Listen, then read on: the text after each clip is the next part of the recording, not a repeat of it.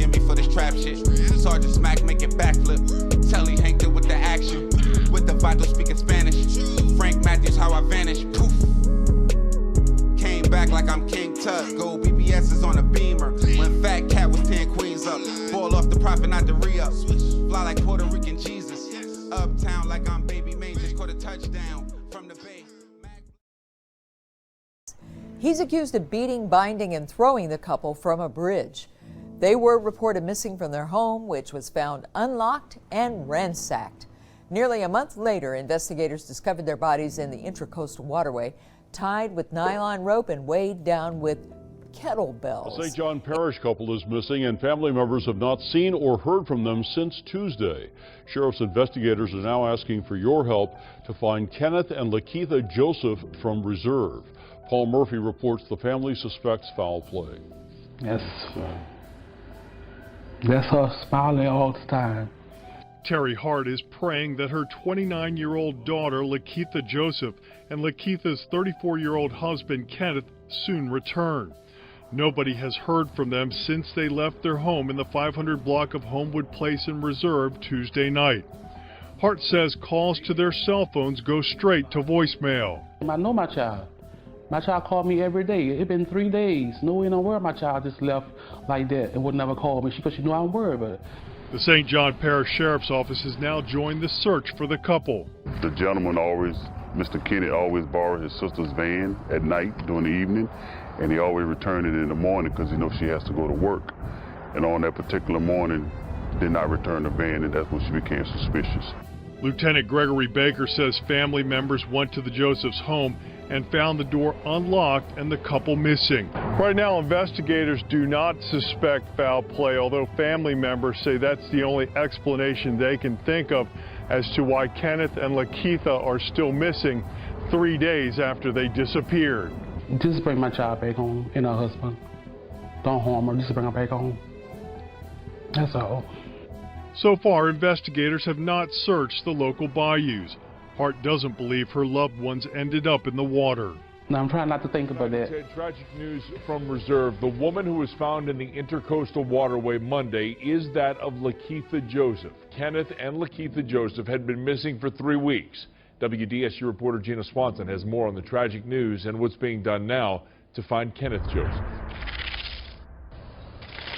A steady stream of visitors stopped by the Joseph family residence on Homewood Drive. This as they now have to plan a homegoing for 29-year-old Lakeitha Joseph. She and her husband Kenneth have been missing for 3 weeks. It's just so surreal, you know.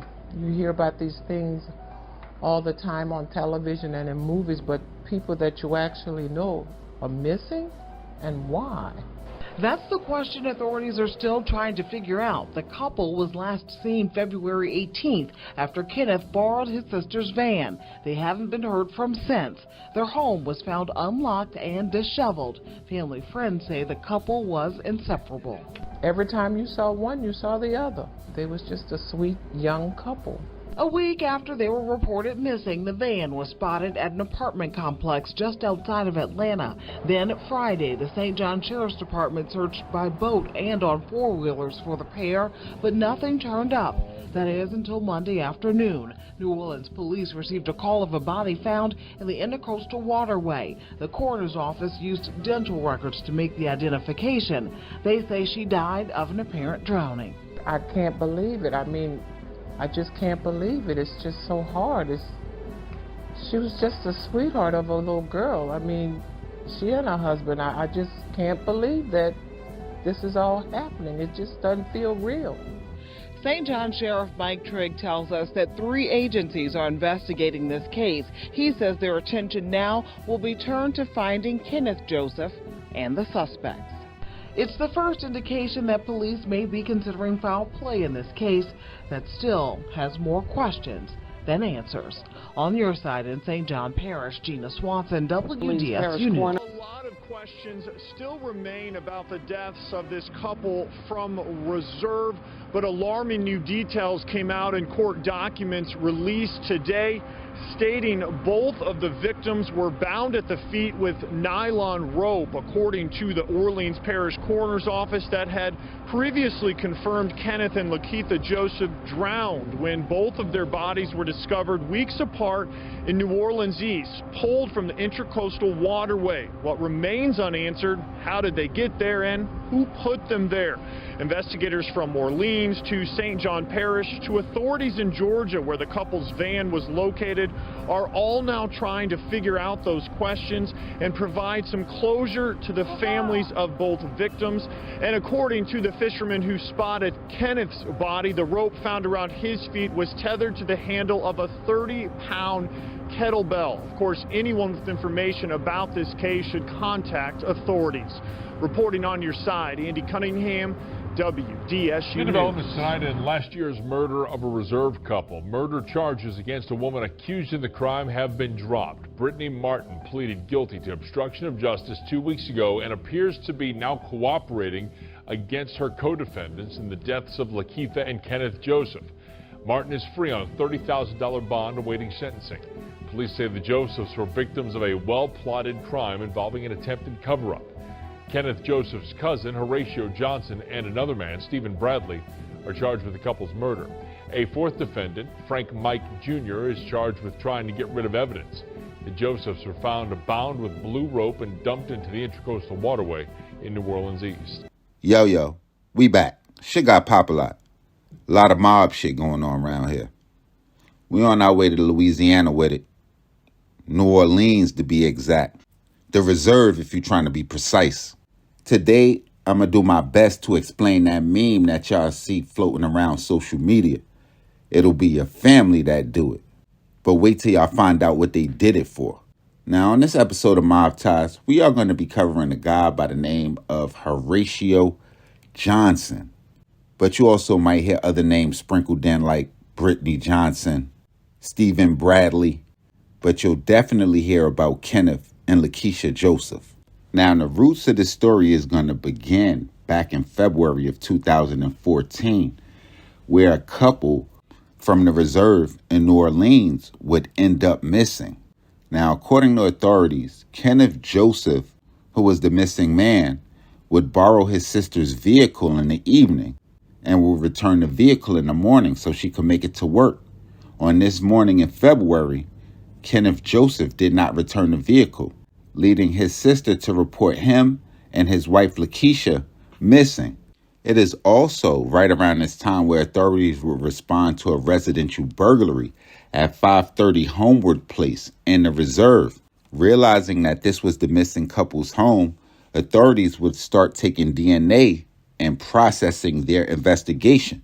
Now, a big break, and probably the biggest, would occur 9 days after the couple was reported missing on February 27, 2014, when authorities would respond to an abandoned Dodge Caravan that was left in a College Park travel lodge. Now, during the course of the Fulton County Police Department processing of this van, they would determine that it was associated with a travel lodge guest by the name of Frank Mike. And that will be very important going down the line. Now, a little bit under a month after they was reported missing, on March 10, 2014, Lakeitha Joseph's body would be recovered from the Intercoastal Waterway in New Orleans. And 12 days later, on March 22, 2014, the New Orleans Police Department would retrieve the body of Kenneth Joseph. His body would be found with blue rope and 30-pound kettlebells attached to his feet in the same exact waterway. Authorities would continue to investigate, and while reviewing phone records, they would determine that Lakeitha's phone would move from Reserve to a town called LaPlace, to another town called Lucher, and then finally to Kenner, all on the day of the couple's disappearance. Now, in some places during the course of my research, I read that it was due to a tip, but not quite sure how. Authorities would end up searching the house of the cousin of Kenneth Joseph, a guy by the name of Horatio Johnson, who just happened to reside in LaPlace, one of the last places where GPS would place Lakeitha Joseph. Now, along with searching his residence, they would detain a search warrant to search the home of his girlfriend, Brittany Martin, where they would end up confiscating a Toshiba laptop computer as well as an iPad from her residence. Now, based on the evidence that they had, they would end up charging Horatio Johnson as well as his girlfriend, Brittany Martin, along with another gentleman by the name of Stephen Bradley, along with Frank Mike, the person that they would determine that drove the missing van from New Orleans to Atlanta, where it was recovered in that Travelodge parking lot.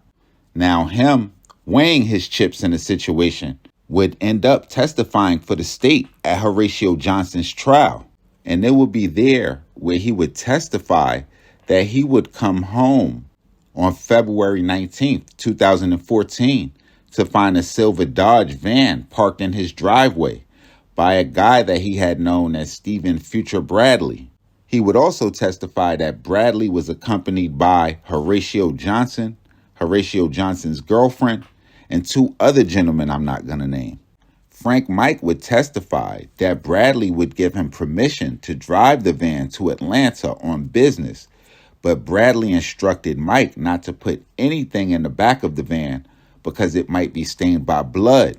Now, I don't know about y'all, but that's probably the point where I'm probably going to rent a car, but let me not get off subject. He would continue to testify that he would arrive in the Atlanta area on February 20th, 2014, and he would book a room at that same Travelodge in College Park for 2 nights. While in Atlanta, he would learn that that van that he had borrowed from Stephen Bradley would be connected to the disappearance of a couple from Reserve, Louisiana. Now, with this information, Frank Mike decided to abandon the van, but before that, he would wash it, vacuum the inside, and wipe down the interior. He would later go on to say that he got into a heated argument with Bradley over cell phone, where Bradley had explained to him that they had used the van to rob a couple of $200,000 as well as several bricks of cocaine. Now, along with this testimony, as well as Brittany Martin agreeing to cooperate with the state, Horatio Johnson would be sentenced to a life sentence with 60 additional years on top of that. I saw where Brittany Martin would end up pleading guilty, and she would end up getting 10 years in prison, largely due to her cooperation. Stephen Bradley, though found not guilty of the murder, was found guilty of obstruction of justice and received a lengthy prison sentence as well.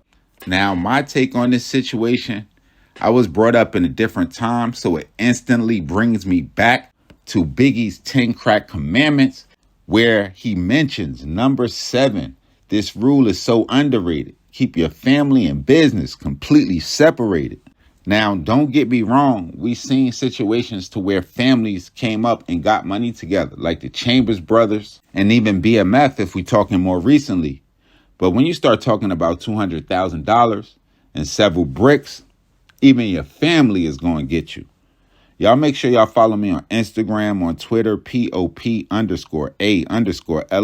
Y'all hit the red subscribe right under this video so y'all know when this real trill spill shit is dropping. And y'all get in the comment box. Let me know what cities we need to go to, what stories we need to talk about, what gangsters we missed, what we got wrong. And y'all get at me however y'all see fit. Tweet me, tag me, mention me, text me, email me, CC me, stop me in the streets, all that shit, man. It's your boy Popalot. Mobb, mobb, mobb.